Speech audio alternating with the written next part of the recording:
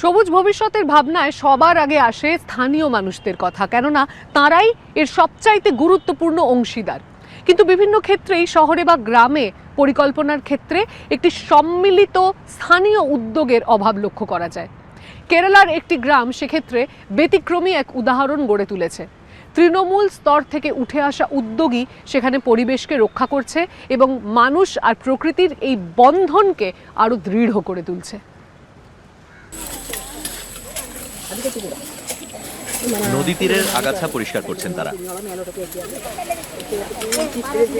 কাসারগোড় জেলার দেবাকীর্তি গ্রামের এই নারীরা জানেন চিতহরি নদীর তীরে কোন উদ্ভিদের প্রয়োজন, কোনটির নয়। এরই মধ্যে আবর্জনা পরিষ্কার করেছেন তারা। এখন তারা আগাছা দূর করছেন, যা দ্রুত বেড়ে ওঠে। നമ്മളിപ്പോ ഈ അധികവും കാണുന്ന എല്ലാ আগাছার মধ্যে সবথেকে বেশি দেখা যায় সিঙ্গাপুর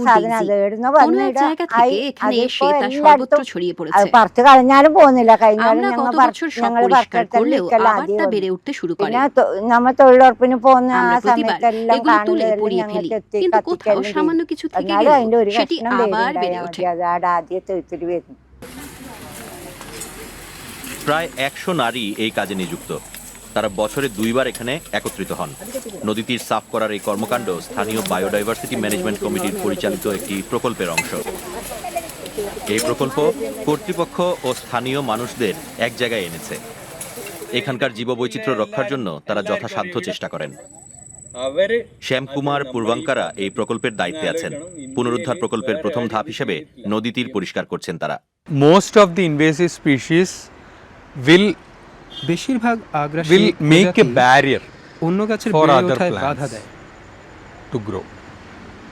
In some cases কিছু they will জায়গায় be সেগুলো just এমন রাসায়নিক ছড়ায় releasing some যে কারণে kind অন্য of গাছ বেড়ে chemicals উঠতে পারে না। to prevent the growth of the other plants. That is one thing. So by in a way it is restricting its restricting the other plants to grow, thereby degrading the habitat. এর প্রভাব পাখি ও পোকামাকড়ের উপরেও পড়ে। শ্যামকুমার পূর্বাঙ্কারা একজন পাখি পর্যবেক্ষক। তিনি জানান পাখিরা খাবার ও বাসস্থানের জন্য স্থানীয় উদ্ভিদের উপর নির্ভরশীল। জলভূমি ও বনভূমির জন্য পরিচিত উত্তর কেরালা আইবিস ও সারসের মতো নানা প্রাণী ও উদ্ভিদের নিরাপদ ভূমি।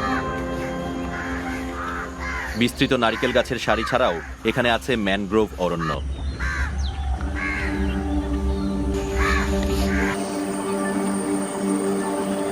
জলের প্রাচুর্য থাকলেও এই অঞ্চলের ভৌমজলের স্তর নিচে নেমে গেছে। প্রতি বছর কয়েক মাস চিতহরি নদী পুরোপুরি শুকিয়ে যায়। নদী তীরের ক্ষয়ও বেড়ে গিয়েছে। পূর্বাঙ্কারা জানান 2021 সালে পুনরুদ্ধার প্রকল্পের শুরুতে তারা গাছগুলো উপড়ে ফেলেন। এতে লাভের বদলে ক্ষতি হয়েছে। When the stream is cleaned, mostly what they do is they cut all the পরিষ্কারের plants সময় on the edges তারা of the নদী river. তীরের সমস্ত গাছ So কেটে what ফেলে। happens is কিছু গাছ মারা যায়। when it is cut, some plants will be died. That এর died ফলে মাটির will মানের degrade that অবনমন soil ঘটে, and it will erode. পরের পর্যায়ে in the তা next ক্ষয়প্রাপ্ত হয়।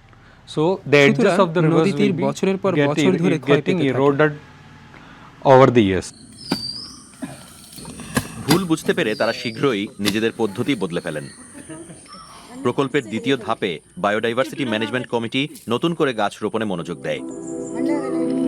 এক্ষেত্রে শুধু স্থানীয় গাছই তারা রোপণ করেন। সরকার পরিচালিত কৃষি পরিষেবা কেন্দ্র গাছের চারা বাছাই ও পরিচর্যা করে। চিতহরি পুনরুদ্ধার প্রকল্পটি বায়োডাইভার্সিটি ম্যানেজমেন্ট কমিটির জন্য ছিল একেবারে নতুন অভিজ্ঞতা। রাজ্য সরকার 2025-এর শেষ অবধি এই প্রকল্প চালানোর অনুমোদন দিয়েছে। নাভিসা তুহিদি কাছের একটি কৃষি পরিষেবা কেন্দ্রের প্রাক্তন প্রধান। তিনি সঠিক গাছ বাছাইয়ে বায়োডাইভার্সিটি ম্যানেজমেন্ট কমিটির সঙ্গে নিবিড়ভাবে কাজ করছেন। প্রকল্পের সাফল্যের ব্যাপারে তিনি খুবই আশাবাদী। ബ്യൂട്ടിഫുൾ ആയിട്ട് കാണുന്നുണ്ട്. ഫസ്റ്റ് ഇയർ നമ്മൾ বেশ ভালোভাবেই ചെയ്തതിലൊരു উন্নতি লক্ষ্য 70% করা മാത്രമേ যাচ্ছে। ബാലൻസ് এই ഉള്ളൂ. অঞ্চলে കാരണം মানুষ থাকে, അതിനടുത്തുള്ളവരൊക്കെ এখানে পশু চারণ കാലികളെ হয়। പശുക്കളെ তারপরেও മേയ്ക്കുന്ന প্রথম സ്ഥലം বছর കൂടിയാണത്. 70% গাছ എന്നാലും বেড়ে പ്രൊട്ടക്ട് ചെയ്യാൻ উঠেছে। പറ്റിയിട്ടുണ്ട്. നമ്മൾ ഇടയ്ക്കിടയ്ക്ക് আমরা വിസിറ്റ് নদীর ചെയ്യുന്നുണ്ട്. পাশের വിസിറ്റ് গাছগুলিতে ചെയ്ത് সার ചെടിക്ക് വളം জল দিই, കൊടുക്കുകയും যা വെള്ളം കൊടുക്കുകയും গাছের বেড়ে അങ്ങനെ ওঠায় ও സംരക്ഷിക്കുന്നുണ്ട്. নদীর তীরকে പ്രൊട്ടക്ട് শক্তিশালী ചെയ്യുന്നത് করতে সাহায্য করেছে। 70%ഓളം ബാലൻസ് ആയിട്ടുണ്ട്.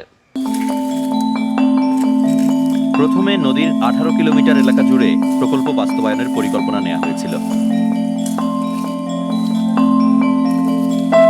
কিন্তু জমির মালিকানা নিয়ে জটিলতার কারণে তা কমে মাত্র 2 কিলোমিটারে নেমে আসে। It's very difficult to do it in a দীর্ঘ large এলাকা scale. জুড়ে এই কাজ চালানো কঠিন, Because it's কারণ all এখানে not সব জমি government সরকারের land. নয়। There are এর মাঝে lot অনেক of ব্যক্তিগত মালিকানাধীন private জমি lands আছে। in between. Streams চলার are পথ always সর্বসাধারণের, public, but stream কিন্তু edges নদীটি are তেমন not. নয়। So এই we কাজের have পরিধি to বাড়াতে educate আমাদের people মানুষকে to অবগত get it করতে to হবে। a larger extent. পূর্বাঙ্কারার আশা, তিনি স্থানীয় জমির মালিকদের নদী পুনরুদ্ধার প্রকল্পের সুফল সম্পর্কে বোঝাতে সক্ষম হবেন। উদাহরণ হিসেবে বলা যায়, নদীটির পুনরুদ্ধার করলে ভৌম জলস্তরের মাত্রা বৃদ্ধি পাবে, কুয়োয় বেশি জল থাকবে। 4-5 বছরের মধ্যে নতুন রোপণ করা গাছের শেকড় নদী তীরকে শক্তিশালী করার মতো যথেষ্ট বেড়ে উঠবে। কমিটির আশা, তখন সবাই এই প্রকল্পের গুরুত্ব বুঝতে পারবেন।